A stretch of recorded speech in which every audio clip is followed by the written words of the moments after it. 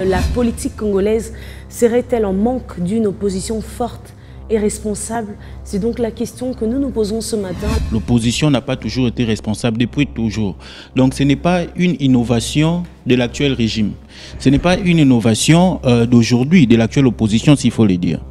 La preuve, c'est que ceux qui nous dirigent aujourd'hui, hier, ils étaient dans l'opposition. Et aujourd'hui, qui sont au pouvoir, vous avez les résultats que nous avons. Quelque part, je me permets de dire que l'opposition actuelle a un tout petit peu changé le modus operandi. On ne peut pas modifier la majorité parlementaire à court. Parce que dès le début de la législature, chaque député est arrivé, ou bien chaque parti politique s'est inscrit. Moi, je suis de la majorité. Moi, je suis de l'opposition. Moi, je suis non inscrit. Et évidemment, il y a l'opposition institutionnelle, l'opposition extra-parlementaire, il y a l'opposition républicaine. De la même manière qu'on est sévère envers ceux qui nous dirigent, nous devons être de la même manière sévères envers les opposants. L'opposition congolaise, l'opposition politique congolaise aurait peut-être perdu sur ces points-là. C'est que l'opposition actuelle n'est plus à mesure de mobiliser. Tant que l'on continuera à vivre, tant que l'on continuera dans cette politique où on n'a que des hommes qui n'ont pas d'idées, qui n'ont pas de projet, on n'aura jamais d'opposition responsable, on n'aura jamais d'opposition forte. J'ai envie de vous poser cette question. Quel type ou modèle d'opposition avons-nous besoin aujourd'hui en République démocratique du Congo? Pour qu'on accepte que tu es opposant, il faut que tu sois capable d'aller là-bas, d'appeler le président de la République Antoine. Que tu sois capable de dire ceci, là on dit opposant et solo Yewana. Parce que n'oubliez pas, l'opposition politique peut exercer ses rôles au sein des institutions et dans ces cas, on l'appelle l'opposition parlementaire. Elle peut aussi le faire en dehors des institutions, là on l'appelle l'opposition extra-parlementaire. On est ensemble du 25 octobre 2022. Je suis très heureuse, franchement, de vous retrouver, chers téléspectateurs. La politique congolaise serait-elle en manque d'une opposition forte et responsable? C'est donc la question que nous nous posons ce matin, la thématique du jour justement. Chers téléspectateurs, pourquoi? C'est la question que vous êtes censés vous poser. Tout simplement parce que depuis 1960, la République démocratique du Congo a traversé plusieurs crises politiques, mais vraiment plusieurs crises qui ont mis au mal sa cohésion, on va dire sa cohésion nationale, et la liberté publique, l'acceptation réciproque, on va dire, du pouvoir et de l'opposition a souvent fait défaut pour assurer une démocratie apaisée et un système politique équilibré. Quelle lecture faites-vous de l'actuelle opposition en République démocratique du Congo? Je parle de l'opposition politique. Merci Madame Beka.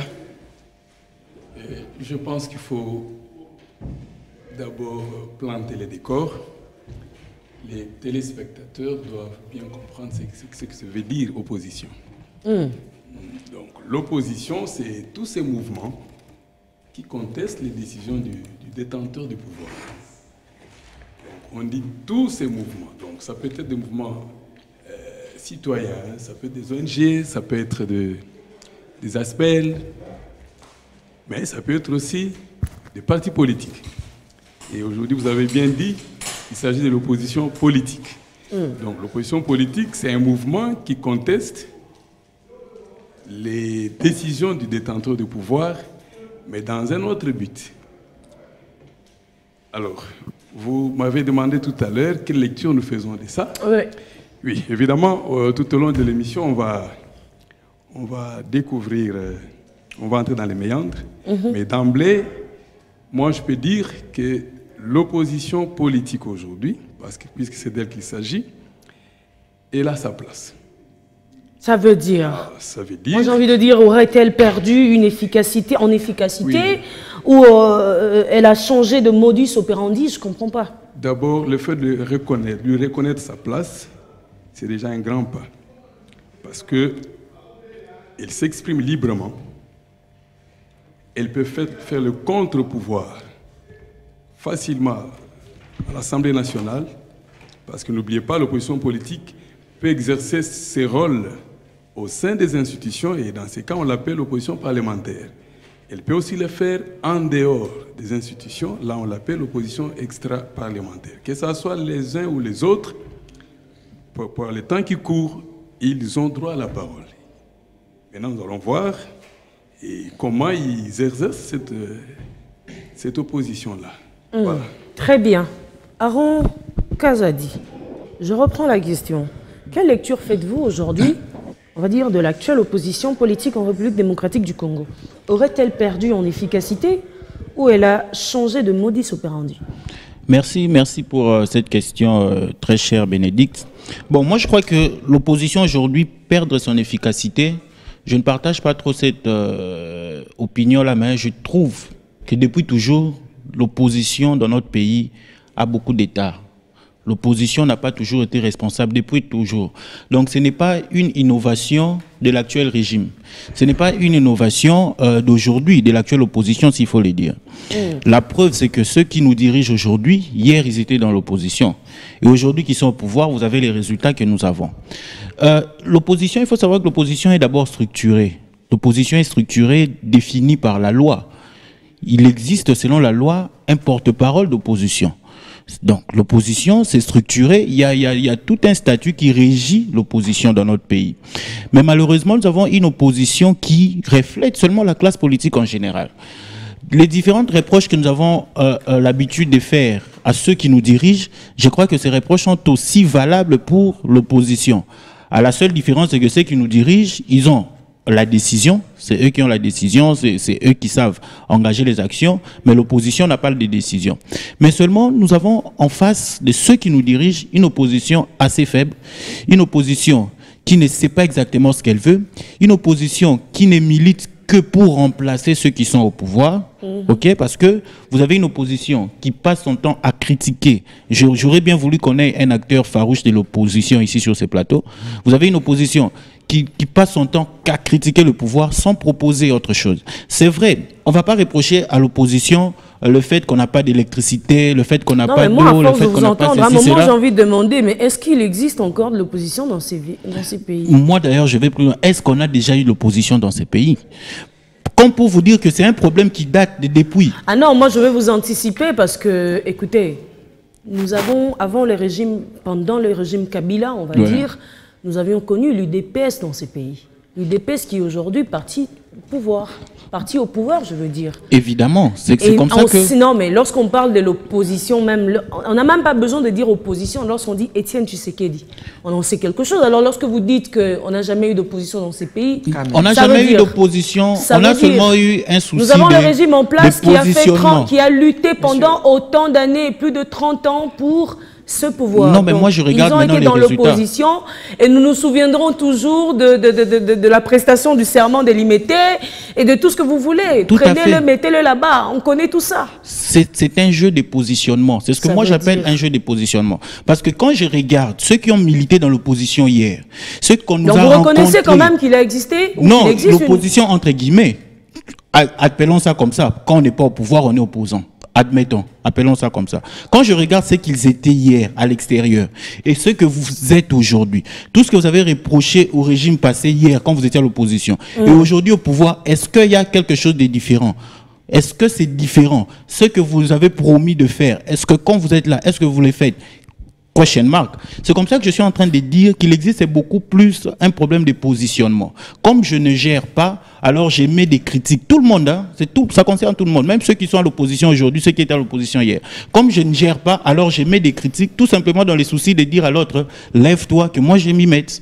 C'est ça cette politique. On ne propose rien, on n'a pas d'autres alternatives face à des situations. Regardez, on a combien de problèmes dans ces pays où on veut avoir les avis des uns et des autres. Mais vous allez voir l'opposition qui ne propose rien. On a les enjeux climatiques, on a les problèmes de salubrité et tout. Vous avez vu hier avec la pluie qui s'est abattue sur Kinshasa, comment Kinshasa s'est transformé en île. L'opposition ne propose rien. Il n'y a pas de débat sérieux sur des thématiques qui nous concernent, nous. Tous les débats qu'il y a aujourd'hui, c'est sur la prise de pouvoir. L'opposition tourne autour de prendre le pouvoir. Il faut que l'autre quitte là pour que moi je vienne. Il n'y a pas de débat sérieux. J'ai comme l'impression que notre cher Aaron sur les plateaux ne suit pas trop ce qui se passe, par exemple, à l'Assemblée nationale, ce qui se passe au Parlement. Vous savez, moi, cette chance de suivre régulièrement les plénières, qu'elles soient diffusées ou pas, je m'exerce, mais me force même parfois de me rendre sur place pour prendre part aux plénières.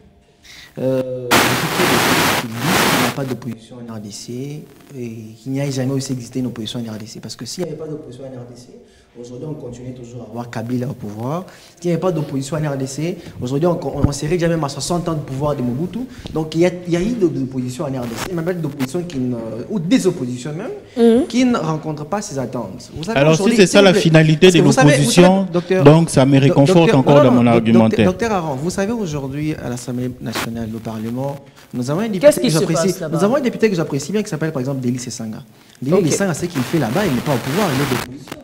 Vous savez que chaque fois qu'il faille voter à une loi, chaque fois qu'il faille débattre sur un sujet, Délice Sanga a toujours eu une position contraire à celle du pouvoir.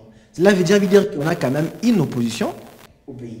Et que dans la politique, il y a une force qui est liée au pouvoir, à ceux qui sont en place. Il y a aussi une force qui est contraire, qui est celle de l'opposition. Et par rapport à la question, moi je crois qu'aujourd'hui, en RDC, il y a une opposition, mais j'aimerais juste prendre les risques, que j'assume d'ailleurs, que l'opposition a juste changé de modus operandi.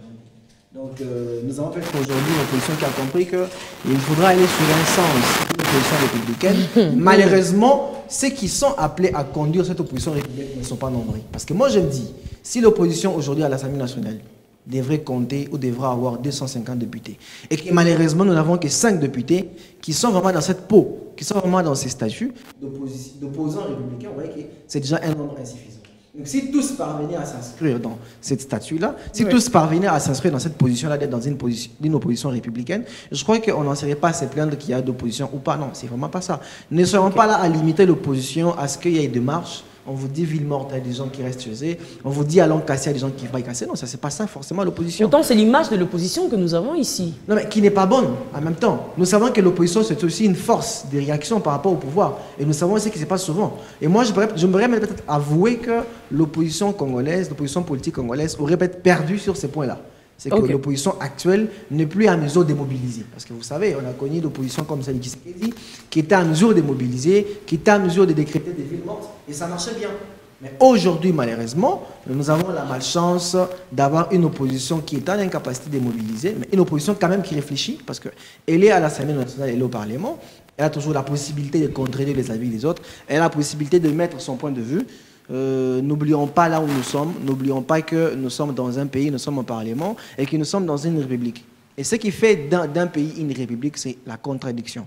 S'il n'y avait pas de contradiction, on ne parlerait pas d'une république, si vous permettez. C'est des contradictions qu'est née la république. Et si aujourd'hui nous avons plusieurs points de vue, nous avons le point de vue de l'opposition, nous avons le point de vue de ceux qui sont au pouvoir, cela nous permet justement d'avoir une république. Et l'opposition que nous avons aujourd'hui devrait justement revoir sa capacité de mobiliser, sa capacité de faire peur. Parce que moi, j'ai causé avec ceux qui sont au pouvoir, je crois, il y a 2 jours. Ils nous disent que voilà, nous, aujourd'hui, on est face à une opposition qui ne nous fait pas peur. Ça, c'est déjà un défaut, c'est déjà un point de faiblesse par rapport à cette opposition que nous avons aujourd'hui. Merci, Dolph Mondaye. Prince Nido. Vous avez la parole. J'ai religieusement suivi mes prédécesseurs, interlocuteurs. Bon, docteur Aron, l'opposition a toujours existé dans ce pays, et depuis même la Première République. Et lors de la Première République, on a assisté à une scène où de grandeur d'esprit républicain, et même de la culture de l'esprit démocratique dans notre pays, où pour une fois, la majorité et l'opposition se sont mises ensemble pour gérer le pays. Et c'est vrai qu'une fois arrivé à la Deuxième République, l'opposition n'existait pas, parce que nous étions dans un système dictatorial. Et les choses ont évolué de cette manière-là. Et malheureusement, vu que ces systèmes dictatoriaux avaient pris tellement du temps, l'opposition qui s'était créée à l'époque avec notamment les 13 parlementaires nous avait légué en fait un modus operandi de ce qu'était un opposant. Vous serez d'accord avec moi que dans ces pays, et même si nous faisons un micro-trottoir tout à l'heure, un opposant, depuis tout ce temps, c'est celui qui est courageux. Ça veut dire? C'est lui qui est courageux à affronter, par exemple, prêt à la bagarre contre, par exemple, les policiers du système dictatorial. Quelqu'un qui est prêt à aller saccager, par exemple, les édifices publics, celui-là, c'est un opposant. Son opposition, elle est forte, elle est agissante. C'est ça l'image qu'on a gardée depuis tous ces temps. Et malheureusement, oui. Malheureusement, c'est ce qu'il y a jusqu'aujourd'hui. C'est cette image-là de l'opposant que nous avons jusqu'aujourd'hui. Et ceux-là, même si nous avons quitté le système dictatorial, nous sommes maintenant dans ce qu'on appelle la démocratie. Même au sein de la démocratie, c'est plutôt dans cette barbarie-là que les opposants veulent s'exprimer. Alors que dans une démocratie qui se respecte, mais il y a les débats d'idées. Combien de fois nous sommes passés sur les différents plateaux et parler d'idées, opposantes comme majorité, à des rares occasions. Et même s'il arrivait qu'on discute de ces débats d'idées, très souvent, ça pêche encore un peu. Parce que même les interlocuteurs qui passent à la télé, ils ne sont pas assez outillés pour apporter de l'éclairage à l'opinion. Alors, la place de notre opposition, je crois qu'aujourd'hui, je serais peut-être d'accord avec mon ami Dolph pour dire que, quelque part, je me permets de dire que l'opposition actuelle a un tout petit peu changé le modus operandi. Parce qu'on les voit... Finalement, vous êtes d'accord avec moi. Oui. En tout cas, et puis ça relève, en fait, je dirais même de la maturité. Parce qu'au fur et à mesure où on évolue, on se rend compte que non. C'est pas tout le temps les marches. C'est pas tout le temps, je ne sais pas, tout ce que vous voulez, des rébellions à gauche et à droite. Allons-y sur des questions qui touchent à l'intérêt supérieur de la population. Parce que nous n'allons pas oublier que le rôle de l'opposition, c'est entre autres être la sentinelle des intérêts supérieurs de la nation. Très bien, Prince Nito, mais soyons concrets aussi dans nos interventions. Moi, je suis tentée de vous poser cette question, celle de savoir, aujourd'hui que l'Union pour la démocratie et le progrès social est au pouvoir, quel mouvement politique pouvons-nous à ce jour considérer comme leader de l'opposition politique ici en République démocratique du Congo? Bon, en répondant à votre question, s'il faut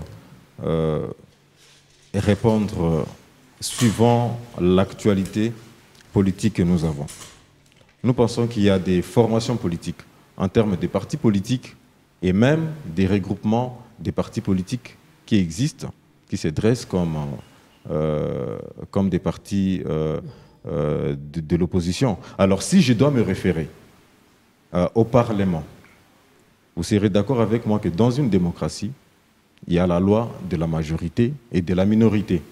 Et si je dois rester vraiment dans la structure, dans l'institution Parlement, aujourd'hui, c'est clair que la majorité, c'est l'union sacrée et l'opposition, c'est le FCC, bien évidemment, avec d'autres partis politiques.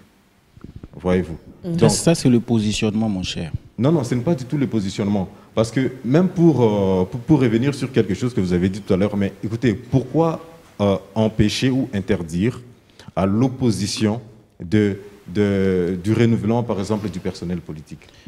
Parce que ça fait partie de son rôle. Mais si aujourd'hui on prenait les risques de considérer l'FCC comme leader de l'opposition, est-ce que vous pensez que cette FCC s'impose au niveau du Parlement? Est-ce que vous pensez que les positions du FCC en question sont considérées? Vous allez me rejoindre tous à la fin. Les positions et les décisions même. La fin, c'est dans 25 minutes. Ou même les points de vue du FCC.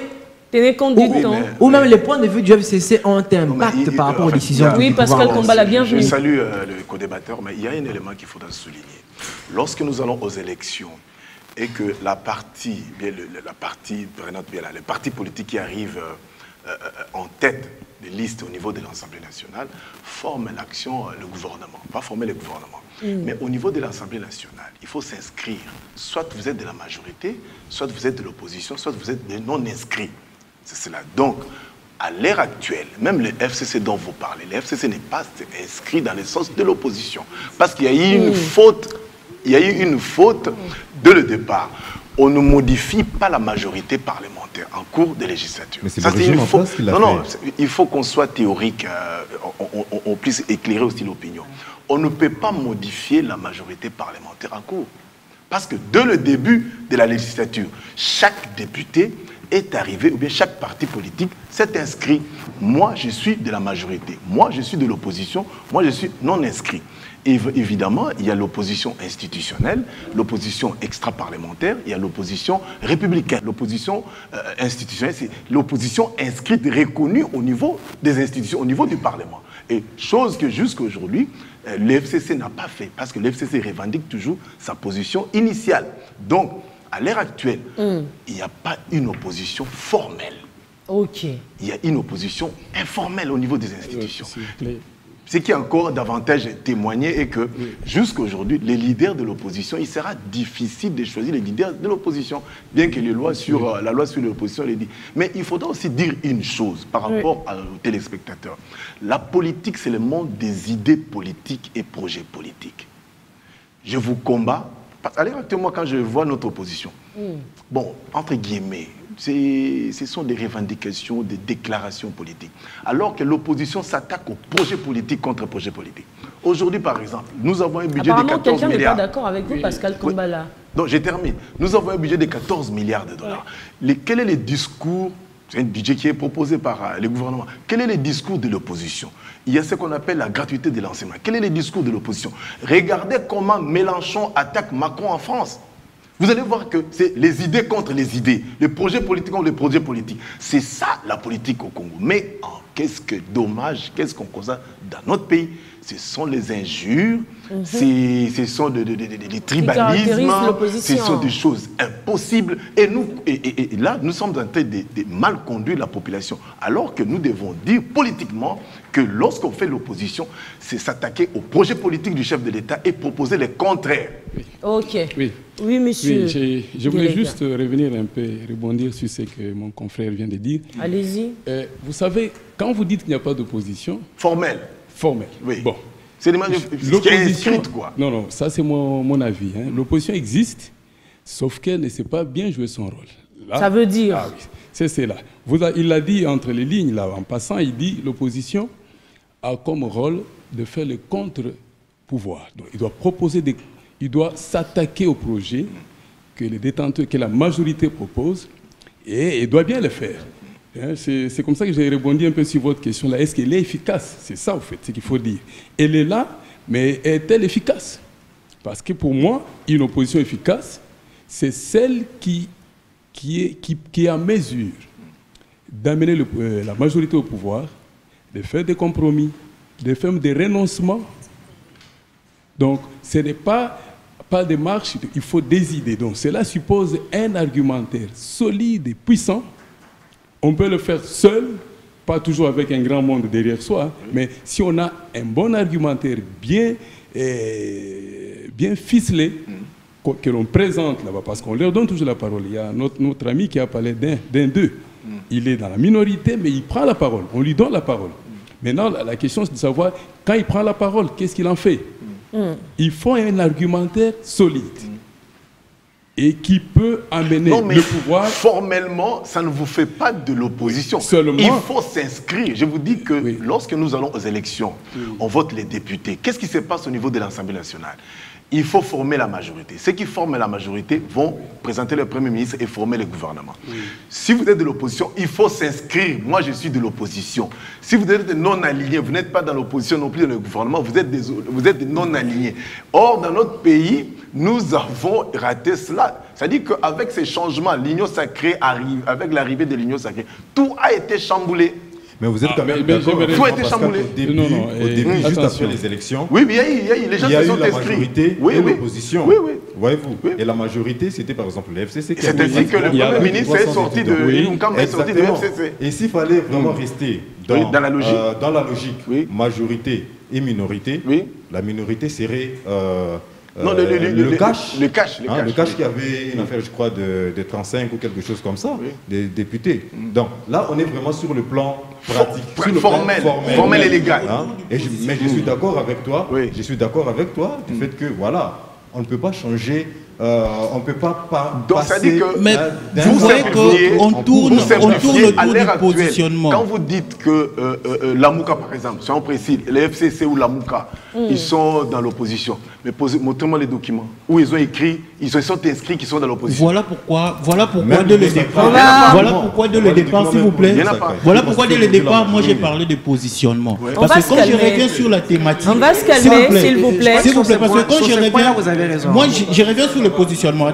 Pardon. S'il vous plaît. Quand je reviens sur la thématique, est-ce qu'on a une opposition responsable, une opposition efficace? Il ne faut pas confondre la liberté d'expression avec l'efficacité de l'opposition. La liberté d'expression, moi je peux dire des choses, contrairement à ce que pense le pouvoir, mais je ne suis pas de l'opposition. Ça ne fait pas de moi un opposant. Vous pouvez être du pouvoir, vous pouvez dire des choses, ça ne fait pas de vous un opposant. Mais moi, je suis en train de voir la finalité. C'est vrai, vous avez parlé de la force de mobiliser, la force de ceci, cela. Pour quelle finalité? Est-ce que c'est une opposition qui est responsable? Est-ce que c'est une opposition qui est efficace? Nous tournons autour des positionnements. Là, Union sacrée, FCC, Lamouka, patati patata. Mais c'est un problème de positionnement. On est là parce que nous aussi, nous voulons accéder au pouvoir. Mais quand nous accédons au pouvoir, qu'est-ce qu'on fait? Mais même pendant que nous sommes là à l'opposition, qu'est-ce que nous sommes en train de faire? Comme vous avez parlé des projets contre projets, qu'est-ce que l'opposition propose aujourd'hui de manière concrète? On ne va pas demander à l'opposition les résultats, ça c'est clair, parce que l'opposition ne gère pas. Exactement. Mais on va demander à l'opposition qu'est-ce que vous vous dites par rapport à cette politique, par rapport à cette thématique. Qu'est-ce que vous pensez? Rien du tout. Tout ce qu'on a à faire, c'est de relever des critiques de l'autre, n'est-ce pas, pour montrer aux autres. En fait, c'est ses intérêts personnels. Il n'y a pas une opposition sérieuse, responsable. C'est là où j'étais en train de dire que j'ai doute de l'existence de l'opposition dans notre pays. Ça veut dire, il faut comprendre entre les lignes, quand on dit que l'État n'existe pas en République démocratique du Congo, est-ce que c'est pour autant qu'on n'a pas de pouvoir, des dirigeants, ainsi de suite? C'est une manière de dire, comme pour dire qu'on ne sent pas l'action de l'État sur terrain. Pareil avec l'opposition. De la même manière qu'on est sévère envers ceux qui nous dirigent, nous devons être de la même manière sévères envers les opposants. Ceux qui se disent opposants, il faut la même sévérité. Très bien. Monsieur Ngeleka, rapidement, on va prendre les anniversaires. Lorsqu'on dit qu'il n'y a pas d'opposition, moi je crois que ce n'est pas vrai, parce que l'opposition ou la majorité se définissent au lendemain des scrutins. On a quand même largement évolué. Ah, on a évolué quand même. Mais maintenant, c'est au niveau de l'efficacité de cette opposition-là. L'opposition efficace, c'est celle qui propose des contre-projets solides. C'est celle qui sait porter la voix de la minorité, des insatisfaits au plus haut niveau de l'État et avec des arguments assez solides. Je vais donner un petit exemple ici. Rapidement. Oui. Vous voyez, ça, je vais descendre, il faut atterrir parce que nous sommes restés trop théoriques. Je donne un exemple plus concret. Nous avons vu dans la mandature passée, le président ou le Parlement avait proposé de moderniser les routes. Donc, ils avaient pris l'option de s'inscrire dans la modernisation des routes qui sont là, donc notamment le boulevard Lumumba, le boulevard du 30 juin et même Bypass. Mais il y avait une députée de l'opposition qui a fait une contre-proposition. Lui, il avait estimé qu'il fallait plutôt augmenter le nombre de routes, donc augmenter les routes ou les voies en termes de nombre. Et il avait par exemple suggéré que la route qui quitte Armée vers Bypass, qui passe par Elengessa jusqu'à Victoire, cette route-là aurait un intérêt beaucoup plus visible que la modernisation. Bon, il fallait faire le choix. Qu'est-ce qu'il faut? Moderniser ou bien améliorer le nombre de routes, augmenter le nombre de routes? Ça, c'est une proposition concrète. C'est un contrepoids qu'il a fait, peut-être qu'il n'a pas su argumenter solidement, mais aujourd'hui, vous voyez que le pouvoir est revenu là-dessus. C'est pourquoi je salue la transition ou le passage civilisé du pouvoir. Puisqu'on n'a pas oublié cet aspect-là des choses. Aujourd'hui, le régime qui est là, il est revenu sur cette proposition-là et la route-là est en construction. Donc voilà comment un État doit marcher. Ce qui manque à nos amis, l'efficacité, c'est des argumentaires solides. Okay. Etienne Tshisekedi dont vous parlez, il a fait un mouvement d'opposition extérieur, radical, en dehors des institutions. Et il a su drainer devant lui des masses. C'était un leader charismatique. Aujourd'hui, est-ce que ça vaut encore la peine? La démocratie est là. On voit que les jeux démocratiques... mais maintenant, il faut l'exercer dans les contextes. Il faut un leader de l'opposition. Les statuts les reconnaissent. Le leader, il doit être élu, il doit être désigné. C'est à l'opposition de désigner son représentant. Au Canada, par exemple, vous avez la dame, là, depuis 2020. Elle est là comme leader de l'opposition. Ici, chez nous, est-ce qu'il y en a? Et c'est pas sur le point d'arriver. Quand vous parlez de l'opposition, il n'y a pas d'opposition radicale parce que les uns et les autres dont vous parlez, ils sont aux institutions. Ils sont dans les institutions, que ce soit la MOUCA, que ce soit Ensemble, que ce soit tout le monde est aux institutions. Est-ce qu'on peut dire, merci. On peut donc dire qu'on n'a pas d'opposition responsable et forte alors. Responsable, ça veut dire mener ses actions de manière à ne pas détruire. C'est que vous dénoncez là. Une fait de contre-loi qui amène le pays à la destruction. Vous savez, ces pays, de rébellion en rébellion, nous avons fait beaucoup de marches arrière. Les gens pensent qu'être opposant, c'est appeler le président de la République Tshilombo, au lieu d'appeler le président Félix Tshisekedi. Quand on dit Tshilombo, c'est comme si on s'est... C'est aussi une forme d'opposition. Oui, oui, c'est ça. Donc quand je l'appelle Tshilombo, donc je suis... Ah ouais, tout est communication après. Quand on change le nom de l'avenue, tout est communication après. Mais nous voulons c'est voulu et c'est fait exprès. C'est une manière de communiquer, d'affirmer son opposition. Une minorité qui est porteuse de la voix de la minorité. Le fait, professeur Moulumbalou, que je disais, l'opposition, c'est la minorité. Les jeux démocratiques, c'est gérer avec la majorité, mais protéger la minorité. Même la Bible le dit. Vous régnez par la justice, mais appelle l'équité aussi. L'équité, c'est-à-dire prendre en compte les aspects du plus faible. Voilà ce qu'il faut. Maintenant, le faible doit savoir bien s'exprimer. Si les autres, ceux que vous avez cités, ne savent pas s'exprimer avec un argumentaire solide, eh bien, ne vous étonnez pas que leur voix ne soit pas entendue. Très bien, voilà. Merci beaucoup. On va marquer une petite pause publicitaire rapidement avant de revenir pour la deuxième partie, on va dire la suite et fin finalement, parce qu'on va essayer de calmer un peu la tension. Tout à l'heure, là, ça commençait à prendre de proportions, n'est-ce pas? On va marquer une pause.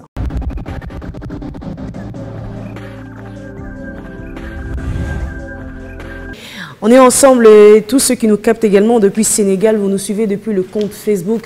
Salutations très spéciales à tous les Africains connectés partout dans le monde.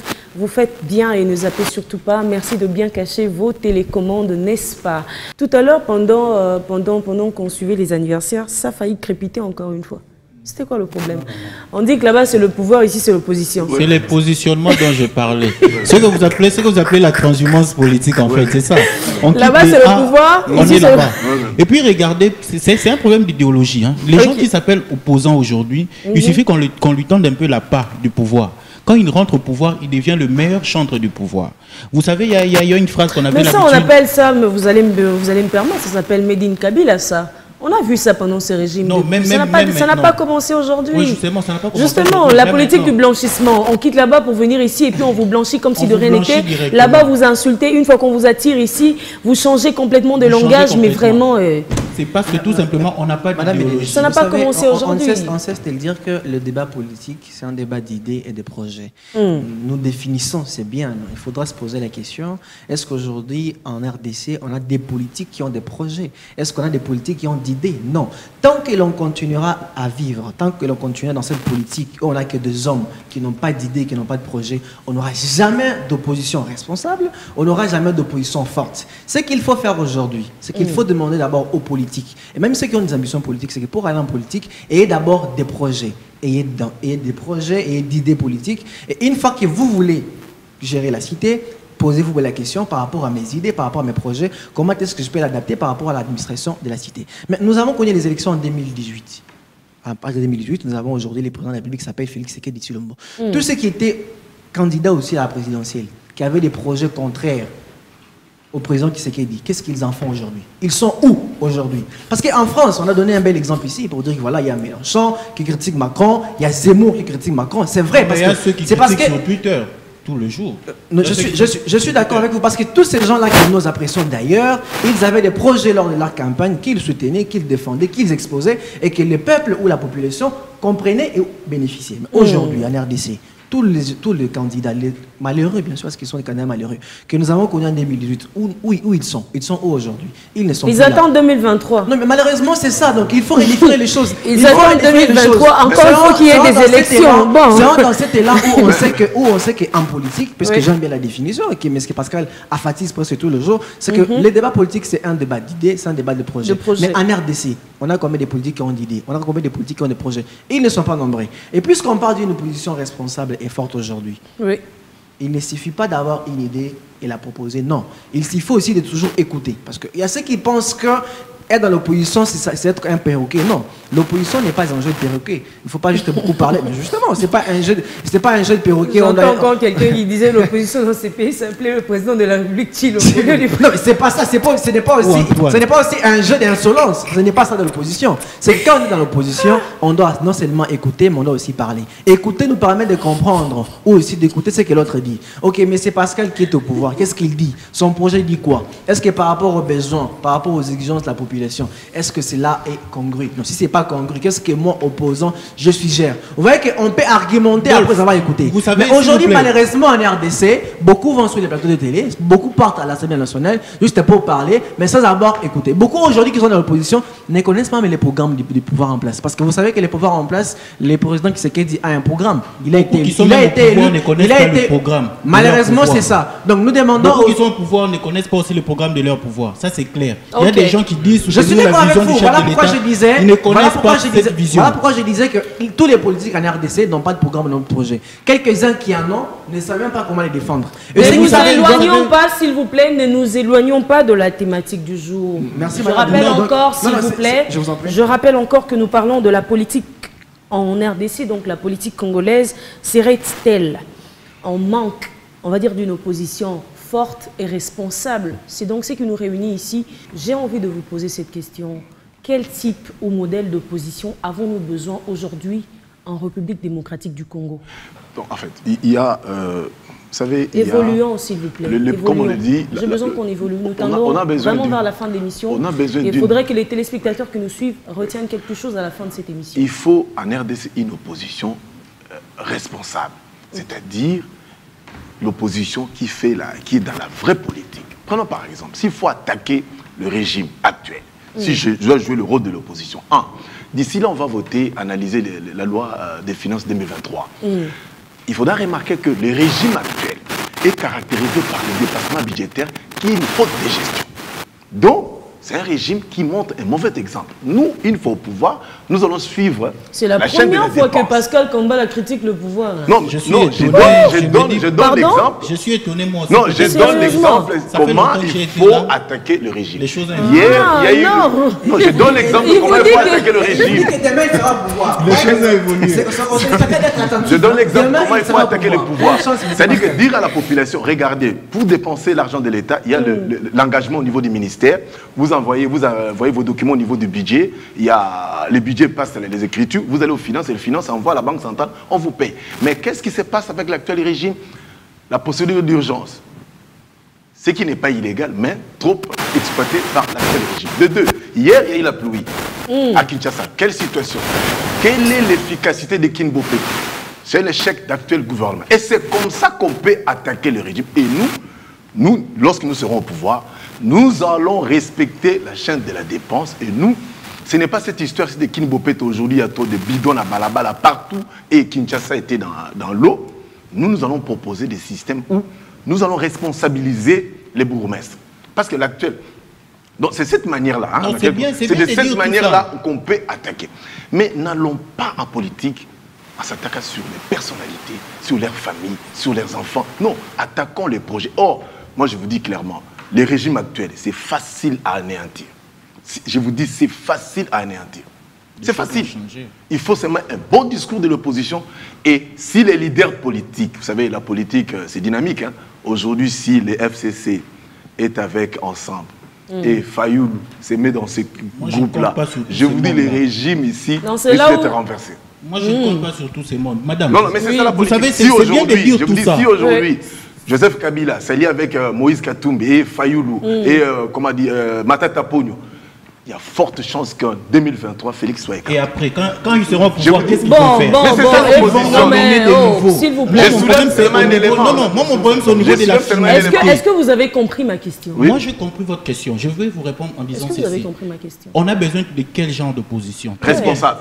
Pascal a très bien dit, on a besoin d'une opposition responsable, une opposition qui sait proposer, une opposition qui sait avoir des critiques pertinentes. Je suis d'accord. Maintenant, le problème se trouve à quel niveau? Nous-mêmes, la population, nous n'aimons pas ça. Nous-mêmes, la population, nous ne voulons pas ça. La population s'est fait séduire par qui? La population s'est fait séduire par ces gens-là qui viennent sur les plateaux, se disant opposants, c'est appeler le président de la République Chilombo.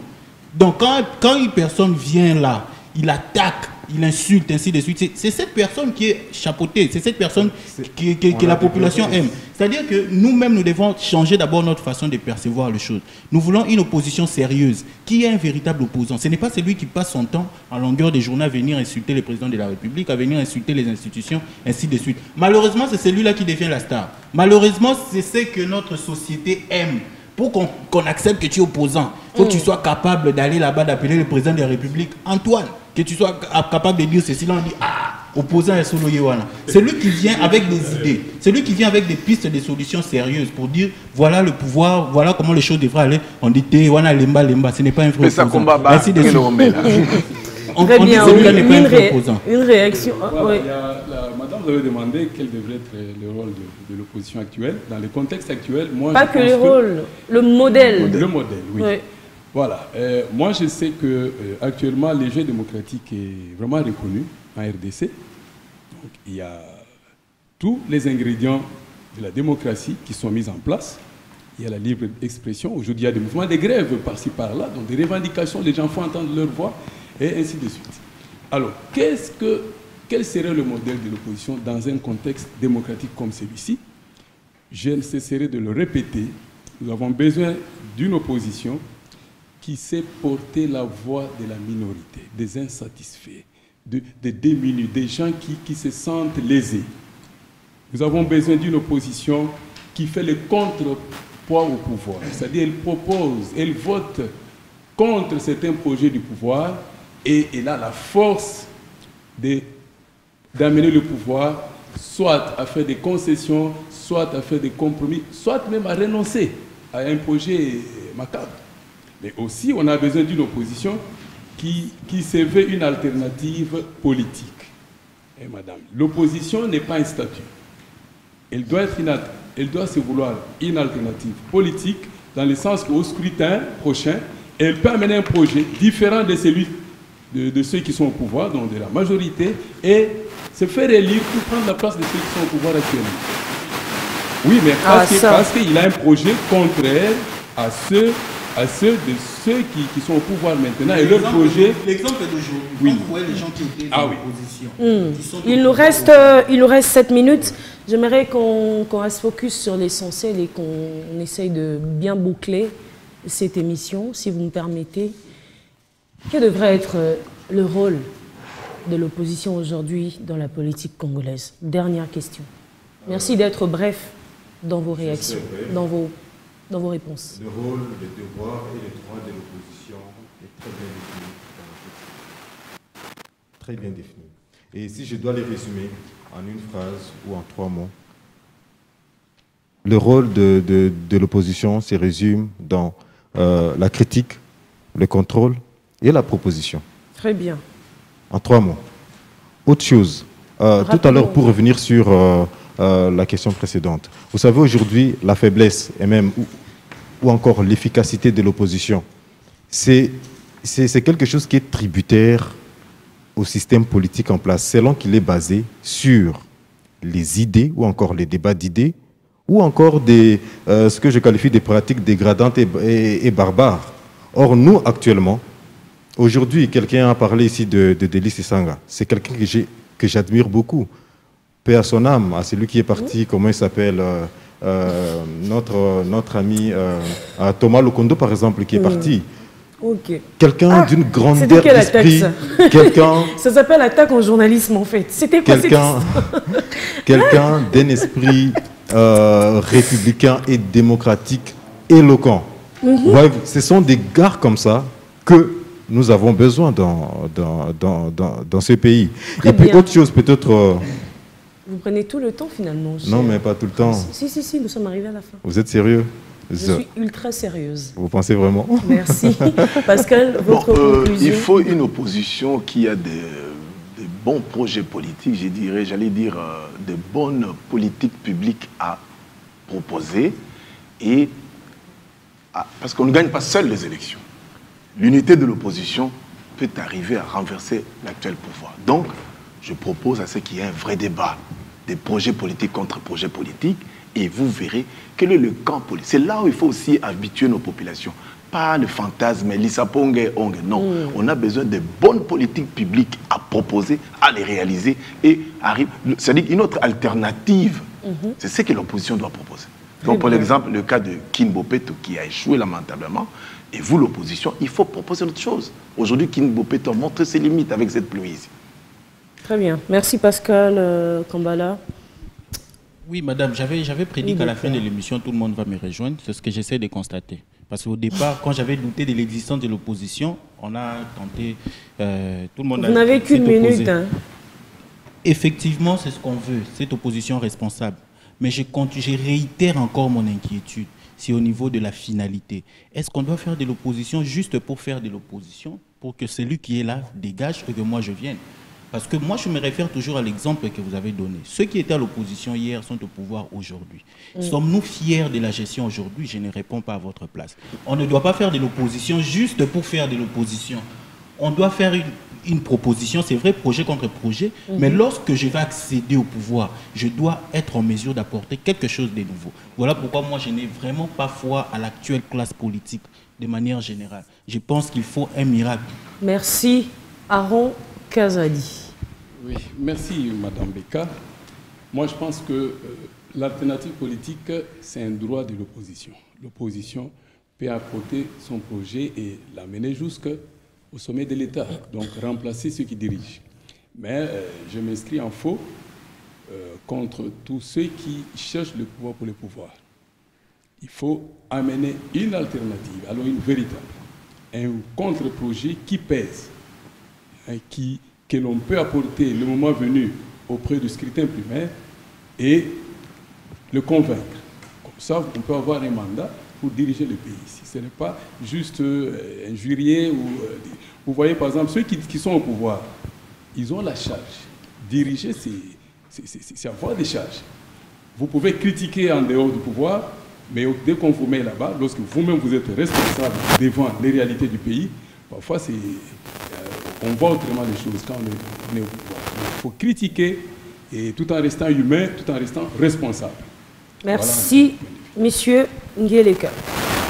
Donc, vous avez vos conclusions en 30 secondes. Ma conclusion, c'est que nous cessons de répéter les rôles que devrait jouer l'opposition, c'est vrai, mais je crois qu'il faut aussi revoir les modus operandi des institutions en RDC. Vous savez, aujourd'hui, on pourrait avoir des opposants responsables, on pourrait avoir des opposants sérieux et forts, mais s'ils sont dans une assemblée, dans un parlement comme l'actuel, je ne pense pas qu'ils auront vraiment une place, je ne pense pas qu'ils auront un espace d'exprimer leur opinion, d'exprimer leur point de vue, mais également de présenter leurs projets. Il y a beaucoup à l'Assemblée que je connais, que je discute avec, parce que j'ai la possibilité et la chance de discuter avec des parlementaires, mais qu'ils disent qu'ils n'ont pas la possibilité de parler aux personnes de l'Assemblée parce qu'on leur accorde pas la parole. Et je crois qu'il faut aussi revoir d'abord les systèmes en interne. Demander à ceux qui gèrent nos institutions, ceux qui gèrent les parlements, de permettre qu'il y ait vraiment un débat démocratique. Parce que si on a un débat démocratique, cela permettra aussi à ce que l'opposition s'exprime, cela permettra aussi à ce que les opposants s'expriment. Et ce qu'il faudra demander aussi aux opposants aujourd'hui, tout ce qui aimerait, bon, pas aimerait d'être dans l'opposition, mais ceux qui sont dans l'opposition, c'est qu'on ne fait pas l'opposition avec des injures.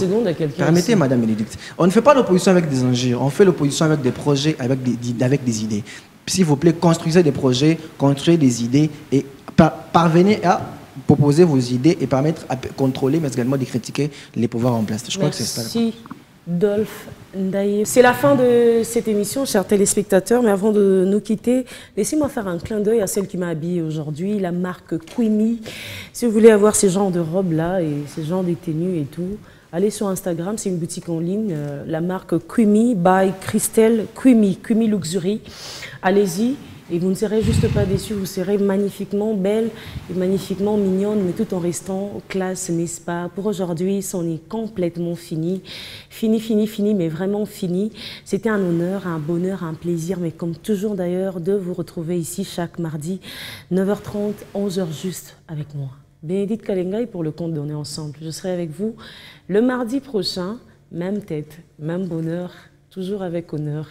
On va essayer de mieux faire, n'est-ce pas? Prenez bien soin de vous, le programme continue sur les antennes de Bio1 Télévision. Au revoir.